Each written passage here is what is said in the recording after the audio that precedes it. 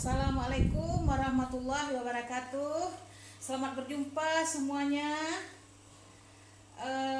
dalam mata kuliah ini ya. Saya boleh mengantarkan mata kuliah ini untuk dua mata kuliah. Satu pembelajaran tari dan satu lagi dasar pendidikan tari. Nah, ini bisa juga bahannya untuk kedua kelas itu ya. Oke. Sekarang Anda semua yang jurusan ada yang untuk PGSD, kemudian ada yang untuk dasar pendidikan.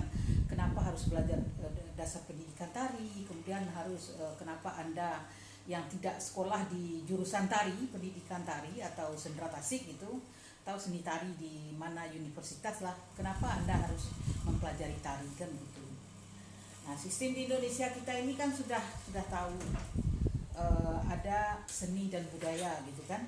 Jadi untuk mata kuliah ini Anda akan dibekali dengan tari-tari di dalam pendidikan, kemudian atau pembelajaran tari di sekolah ya. Yang pertama, Anda harus mengetahui dulu apa itu tari.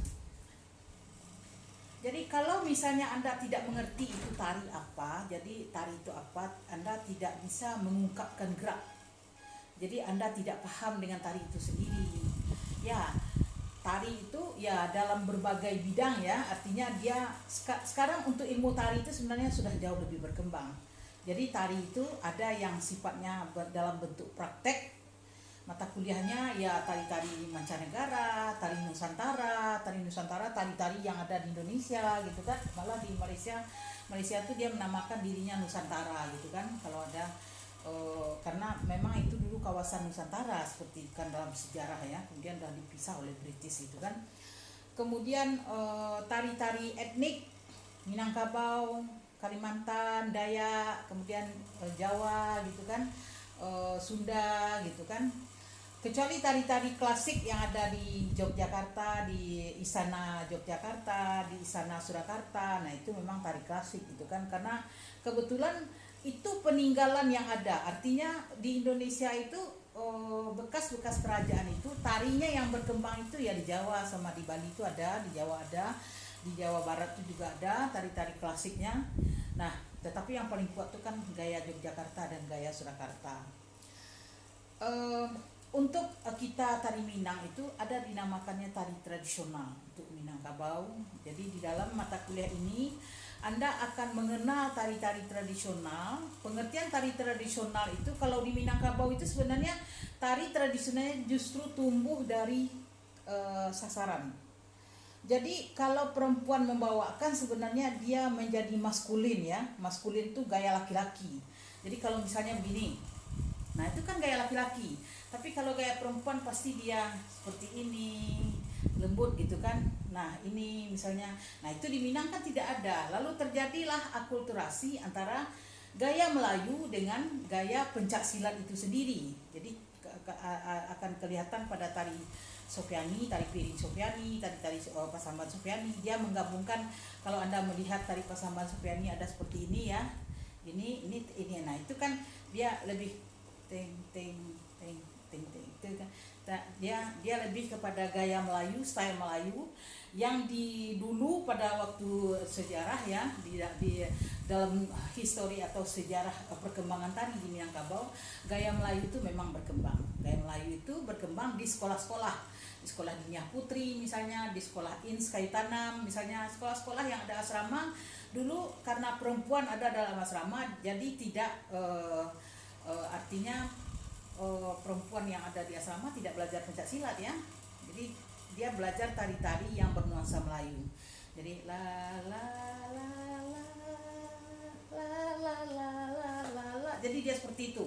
Tari-tari yang muncul itu tari payung misalnya, tari piring pun la la la la la la la. Jadi tidak, sementara kalau misalnya tari piring tradisional yang akan kita pertahankan dia bernuansa maskulin. Artinya dia gaya laki-laki. Jadi kaki itu terbuka. Kalau Minang tuh kakinya seperti ini. Jadi dia akan begini ya. Nah, jadi itu gaya artinya memang artinya gaya pencak itu berkembang seperti tari rantak misalnya kan, tetapi rupanya sesaat saja. Kalau Anda lihat sekarang dalam perkembangan tari Minang itu dalam pesta perkawinan, dalam event-event apa, tari yang berkembang tuh tung tung tung tung tung tung tung tung tung tung tung tung kan begitu. Jadi tidak ada berkembang tari yang besar volumenya, kemudian gaya silat semuanya itu. Nah, itu kan tidak begitu berkembang dalam perkembangan tari Minang. Seperti tari rantak tung tung tak tung tung tak tung tung tak tam tam tak. Nah, masih terbuka lebar begini kan. Nah ini adalah style daripada tari Minang gaya pencak silat. Jadi bagaimana untuk pembelajaran tari di sekolah? Jadi kalau Anda mengatakan dasar-dasar pendidikan tari di sekolah itu apa? Tentu Anda mempelajari dasar-dasar gerak itu sendiri. Nah, dasar-dasar geraknya itu kalau seandainya kakinya seperti ini, nah tentu dia jadi disilang gitu ya, disilang. Jadi ini contohnya. Ini sebenarnya ini dulu nih. Nah, ini buka kaki lebar-lebar, kaki dibuka lebar-lebar, tapi sekarang kan jadi kakinya jadi disilang gitu kan. Nah, seperti ini. Nah, tuh 2. Nah, jadi begini. Kakinya disilang seperti ini jadinya. Jadi dia begini. Nah, memang untuk dasar bagaimana kita membelajarkan tari di sekolah, bagaimana kita membentuk karakter siswa, karena pembelajaran tari otomatis kan membentuk karakter siswa. Anda paham kalau misalnya menari itu kan membuat anak-anak didik kita itu jadi tidak malu gitu. Artinya itu mengatasi sikap-sikap yang tidak confident, tidak percaya diri, kemudian mengatasi itu sebenarnya di dalam pembelajaran tari di sekolah-sekolah itu. Kita tidak mendidik siswa kita itu menjadi artis, menjadi penari misalnya, tetapi kita mengenalkan nilai-nilai budaya. Nah, kalau nilai-nilai budaya yang kita kembangkan untuk pembelajaran tari, tentu kita tidak bisa juga semua gerak-gerak pencak yang kita kembangkan. Nanti kan siswa kita jadi gini. Saya masih ingat dulu ya, ada kakak sepupu saya bilang gini, dia tamat ITB, dia tanya, "Emang belajar tari itu kamu jadi seperti laki-laki jadinya?" Dibilangnya seperti itu. Karena dulu pada tahun 80-an tuh memang gaya pencak tuh yang dikembangkan, sehingga setiap menari itu selalu kangkang kaki, tidak ada lagi. Padahal sebenarnya tokoh-tokoh tari itu ya seperti Uya Hadam, dia mengajarkan ada beberapa tarinya itu yang memang Melayu gitu, jadi dia halus gitu. Nah, jadi dia dia gitu. Nah, jadi tari-tari itu bagaimana lemah gemulai perempuan tuh masih ada di dalam menjadi ciri khas pada gerak-gerak tarinya. Tetapi karena katanya Minangkabau ini mau menggali apa sebenarnya gerak itu, Kusmiati Zuid menggalinya dengan gerak-gerak pencak gitu, sehingga berkembanglah tari-tari yang ketika itu maskulin. Jadi semuanya tari, misalnya pum pum pum pum pum pum pum pak pum pum pum pak, semuanya sholat semuanya besar-besar seperti itu. Jadi kalau menurut saya gerak-gerak seperti itu ya kan kurang sesuai dengan perempuan sebenarnya. Coba aja kalau misalnya dasar geraknya tidak kuat, kalau hanya belajar seperti Anda ini belajar hanya 2 jam setiap minggu, sementara Anda tidak punya basic untuk belajar tari, gerak dasar tari, Anda tidak pernah belajar misalnya ini saja dulu, misalnya ini. Kalau di jurusan tari kan ini di prodi tari ini kan menjadi gerak dasar yang 1 semester, sementara Anda belajar dasar-dasar pendidikan tari dan pembelajaran tari hanya 1 semester, dan sudah include di dalamnya itu adalah Anda harus menari. Sementara kalau di jurusan di bidang tari itu betul itu ada dasar-dasar gerak yang dipelajari, gerak-gerak dasar gitu.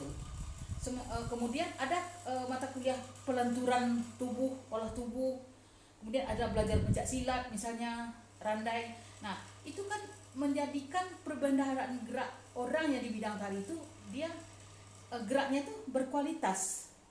Di dalam menari, gerak yang ditampilkan oleh seorang penari itu harus ekspresif. Ekspresif itu adalah gerak ketika orang itu menari, orang terpukau melihatnya. Gerak itu sampai. Misalnya saya sekarang melakukan gerak apa ya? Misalnya ini. Nah, misalnya ini.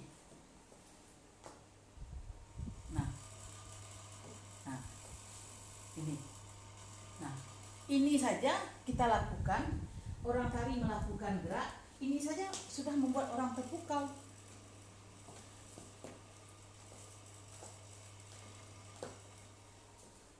Nah, ini saja gerak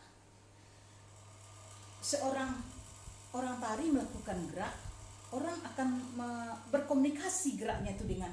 Sementara kalau Anda misalnya melakukan gerak ini, mungkin Anda bagaimana Anda pasti gini. Nah, itu kalau gerak itu tidak betul dilakukan apapun bentuknya, walaupun lembut ya, misalnya letaklah gerak lembut. Nah, itu juga ada teknik tersendiri dipelajari oleh orang-orang di bidang tari. Sementara Anda adalah orang-orang yang hanya belajar tari itu secara praktis, secara simpel. Dalam 2 SKS Anda harus bisa membelajarkan tari di sekolah. Tujuannya adalah bisa Anda membelajaran. Sebenarnya kan menurut saya Anda hanya berapresiasi aja baru terhadap tari. Oh, begini yang menari itu. Anda merasakan tubuh Anda menari gitu loh. Anda bisa membedakan antara gerak tari itu dengan gerak olahraga. Ketika olahraga senam misalnya, misalnya itu, nah ketika dalam tari tap tap tap tap tap, nah tap tap tap tap. Nah, jadi ketika di dalam gerak tari itu ada kelenturannya, kemudian ada teknik yang membuat dia itu menjadi orang itu melakukan gerak itu untuk keindahan. Sementara untuk olahraga itu kebugaran. Artinya kalau begini geraknya itu bahunya untuk efek bahu. Nah, sementara kalau dalam tari ini digerakkan dia ting ting. Nah, itu kan beda antara gerak olahraga dengan gerak tari. Nah, itu saya rasa Anda bisa membedakan itu aja sudah cukup untuk dasar pendidikan tari dan pembelajaran tari. Tetapi karena kurikulum itu mengharuskan saya memberikan materi kepada Anda itu mengenal tari tradisional, kemudian bagaimana dasar-dasar pendidikan tari itu bisa Anda aplikasikan di sekolah. Jadi kami dosen-dosen mencarilah bahan-bahan yang bisa Anda cerna, yang memudahkan Anda untuk mengenal tari gitu kan. Jadi kalau misal kita menari ya, unsur-unsur tari. Nah, di dalam pembelajaran tari itu ada unsur-unsur tari ya. Unsur-unsur tari itu yang pertama itu memang gerak. Kemudian musik, bunyi musik. Nah, unsur-unsur tari itu gerak. Jadi kalau gerak, misalnya gerak yang indah itu seperti apa? Tentu tergantung juga dengan arah hadapnya. Kalau misalnya ini. Kalau gerak ini dilakukan di street ke depan kelas, misalnya ke depan, menghadap ke depan, ini penari tidak bisa di belakang loh. Ini penari tidak bisa di belakang. Yang lainnya. Kalau berempat penarinya tidak bisa, tapi kalau ke samping bisa, supaya yang tangan ini tidak merugikan kepada perspektif dari tontonan seseorang. Jadi kalau misalnya orang menari seperti ini, ada di belakang, tentu garisnya satu ibu neng saja yang nampak, yang di depan saja yang nampak. Kan tidak salah kalau anak-anak kita zaman dulu itu, kalau saya pun waktu kecil, kalau menari itu tidak pernah kelihatan oleh karena gurunya membuat pola lantai seperti ini. Nah, kenapa kalau misalnya gerak seperti ini, kenapa tidak di depan duduk, kemudian di belakangnya berlutut, kemudian di belakangnya lagi begini, di atas tinggi gitu kan, jadi nampak semuanya. Nah, rupanya kekecewaan dari penari-penari atau kita atau saya sejak kecil itu sebenarnya ada ilmu tarinya. Ilmu tarinya dengan menata level. Menata level itu ada rendah. Level itu Anda tahu? Level itu ada 3 ya. Ada rendah. Rendah itu ini sampai duduk ke bawah. Jadi kalau orang rukuk sembahyang itu, rukuk sembahyang ya, Anda tahu lurus gitu kan? Kan seperti itu ya. Nah, itu gerak yang dilakukan di antara setinggi itu sampai ke bawah. Berguling, duduk, tari indang misalnya, nah itu adalah level rendah. Kemudian level menengah itu dari bahu ini. Jadi orang bergeraknya gini. Jadi semua gerak-gerak ting ting ting ting ting. Nah, ada gerak-gerak misalnya levelnya. Nah, itu dari bahu sampai ke bawah. Dari bahu sampai cetek. Jadi sampai pinggul gitu. Jadi orang bergeraknya kalau level itu dari bahu sampai ke bawah. Sementara yang tinggi itu dari bahu sampai ke atas tinggi, sampai meloncat tinggi. Jadi kalau misalnya gerak seperti ini ya, nah itu adalah keindahan-keindahan gerak yang diperhatikan oleh penonton. Itu sebenarnya height. Jadi low, middle, high. Yang high itu sampai meloncat. Makanya kalau tidak heran kita kalau melihat penari-penari itu ada meloncat, gitu kan, ada meloncat gitu kan, seperti itu. Nah, itu adalah level tinggi. Nah, penataan-penataan itu yang harus Anda pahami. Bagaimana misalnya Anda melihat siswa Anda menari, kalau dia berempat orang atau berlima orang atau 7 orang, dia nampak oleh penonton semuanya. 3 di depan, 3 di belakang. Kalau di depan duduk, di belakang berdiri misalnya. Kemudian ada gerak-gerak yang kita tidak bisa melakukannya itu satu arah. Kalau seperti ini misalnya gerak ini tidak bisa lurus ke belakang, tapi ini nampak. Ini kalau seperti ini beleret orang ke belakang lagi, diagonal gitu. Nah, ini gerak ini tidak rugi dari sisi penonton. Nah, itu dia. Jadi ini garis sejajar, belah ketupat kalau di pentas ya, belah ketupat garis diagonal. Jadi penarinya itu berada in between antara. Kalau misalnya 7 orang, 3 di depan, 4 di belakang, dia in between, di antara penari yang 1, 2, penari 1. Jadi nampak semuanya. Kenapa? Yang menari itu yang memperagakan, dilihat oleh semua orang dan nampak oleh semua. Jangan kita sampai mengecewakan penonton dan mengecewakan diri sendiri gitu loh. Kalau orang menari, siswa kita menari gitu, saya nggak pernah nampak kalau di foto. Apalagi sekarang selfie ya. Kalau misalnya ada pertunjukan atau orang tuanya datang, teman-temannya memotret gitu kan. Dia kesal. Cobalah dia ikut menari tetapi dia kesal. Dia tidak ada kegembiraan di hatinya. Jadi pembelajaran tari di sekolah, bagaimana siswa-siswa itu bergembira ria dengan kita. Jangan sampai Anda sebagai guru, walaupun Anda orang seni rupa, walaupun Anda orang guru kelas, jangan sampai mengecewakan siswa Anda sehingga siswa Anda itu belajar itu tidak enjoy. Jadi Anda harus tanamkan kepada mereka dan diri Anda sendiri itu relax. Jangan menjadi beban. Kalau gerak itu kalau Anda tidak bisa, siswanya bagaimana cara memotivasi siswa Anda itu untuk bergerak. Jadi ketika siswa Anda itu mendengar musik misalnya, dia joget semuanya, dereng dereng dereng dereng dereng, itu biarkan aja semuanya itu, anggap itu adalah olah tubuh, biarkan saja dulu. Tetapi jangan tari-tari seperti itu yang dikembangkan di kelas, misalnya TikTok atau apalah namanya yang modern-modern itu. Karena pembelajaran tari di sekolah itu memperkenalkan nilai-nilai budaya kepada siswa. Jadi melalui tari ini sebenarnya bisa mengenalkan nilai-nilai budaya ya. Kalau misalnya kita yang jelas toleransi. Kalau seperti yang saya katakan tadi, misalnya dia menari seperti ini, temannya udah jelas belakang ke depan lah sedikit. Jadi antara tuh nampak temannya, jangan egois saja gitu. Jadi ditanamkan kepada geser sedikit, nampakkan kawan gitu kan, seperti itu. Kalau misalnya tari itu bersama, dia kan harus serentak. Dia tidak boleh menonjol sendiri. Kalau dalam tari 7 orang, misalnya ada tari tunggal di dalamnya, penari tunggal. Penari tunggal itu maksudnya gerak yang sama dilakukan oleh satu orang. Penari itu dia sangat menari itu sangat excited. Artinya dia menari itu sangat power gitu, power sekali, sehingga orang tuh melihat dia sendiri itu bukan tari kelompok namanya. Itu sama aja dengan tari tunggal. Kenapa dia tidak ditampilkan tunggal? Tetapi Anda harus tahu syarat-syarat itu tunggal apa, syarat tari kelompok itu apa. Syarat tari tunggal itu seorang penari itu bisa menguasai pentas yang 6x8 misalnya. Itu dia bisa memukau penonton dan pentas itu tidak kosong. Kalau misalnya kita penari tunggal ya, penari tunggal ini kan pentas nih segi 4. Kalau misalnya di sana kita di belakang nih, di belakang pentas, sudut belakang pentas nih, di kanan belakangnya. Terus kalau misalnya kita masih seperti ini menari gini, nah kita masih mengisi ruang di sebelah-sebelah. Nah, tetapi kalau misalnya penari ini begini, dia menari seperti ini, mana ruangannya kosong, yang bagian depan kosong. Lalu kalau lari ke sini, iyalah lari ke sini, berisilah ruangannya. Jadi bagaimana ruang itu diisi dengan arah hadap penari, sebagian tubuh penari itu masih mengisi ruang-ruang yang kosong itu. Itu yang penting sekali untuk tari tunggal. Kemudian tari tunggal dia memang menari di art center, di tengah-tengah pentas. tetapi dia menguasai kemana ke segala penjuru arah-arah adab, membuat penonton itu terpukau dengan satu orang penari. Itu adalah tari tunggal. Nah, kalau tari tunggal itu seperti itu penarinya, dalam 7 orang penari terjadi seperti itu, berarti itu mereka itu tari tunggal. Padahal geraknya sama, tetapi kenapa dia saja yang menjadi perhatian, pokok perhatian, dan guru juga tidak boleh, tidak adil.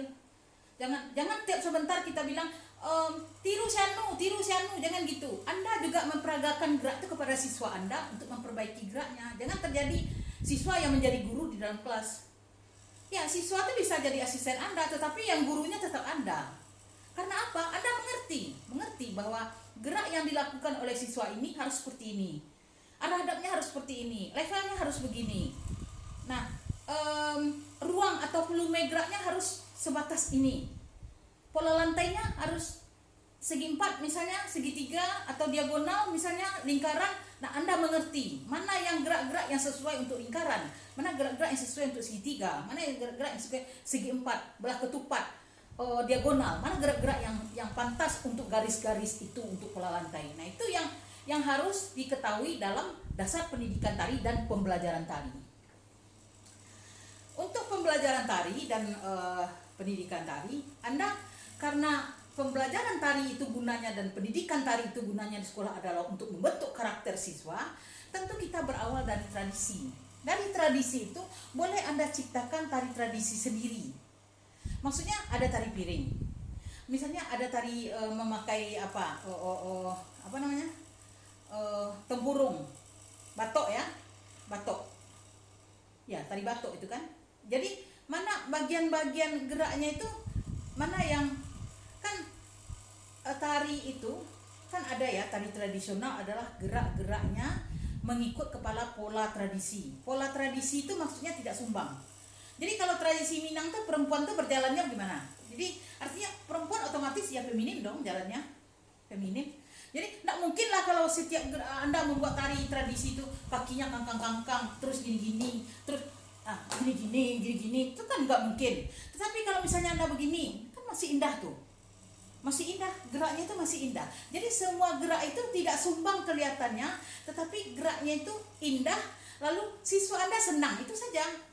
Jangan sampai siswa, kan sekarang ada tuh ada gerak pinggul-pinggul itu, jangan dibiarkan berkembang tari itu di sekolah. Karena itu tidak mendidik. Tari itu tidak mendidik siswa, karena Anda bukan menjadikan anak-anak Anda itu menjadi penari-penari yang mancanegara atau modern gitu. Tetapi Anda pembelajaran tari itu gunanya adalah membentuk jiwa-jiwa siswa itu menjadi dia patuh, menjadi dia disiplin, menjadi dia menghargai Anda, menghormati. Berikanlah salam hormat dalam bentuk tari. Ya. Semuanya berjalan seperti ini. Ajarkanlah mereka tunduk. Lebih banyak tunduk daripada menengedah ke langit. Mereka lupa siapa dirinya. Jadi kalau misalnya mereka diajarkan semuanya sekarang melakukan gerak ding ding ding ding ding ding ding ding ding ding ding. Jadi anda gerak itu, gerak yang seperti ini itu, yang begini itu bisa dibuat berputar, bisa dibuat pusing lagi, itu kan berputar lagi. Nah, itu yang kita tanamkan di dalam pembelajaran tari itu. Jadi itu yang saya harapkan dalam pembelajaran tari. Ingat, yang penting adalah pembentukan karakter. Untuk seorang guru tari harus mengetahui unsur-unsur tari, unsur-unsur gerak. Jadi untuk selanjutnya akan saya berikan kepada Anda unsur-unsur tari, unsur-unsur gerak. Oke, sekian saja pertemuan kita pada saat sekarang ini. Oke. Assalamualaikum warahmatullahi wabarakatuh.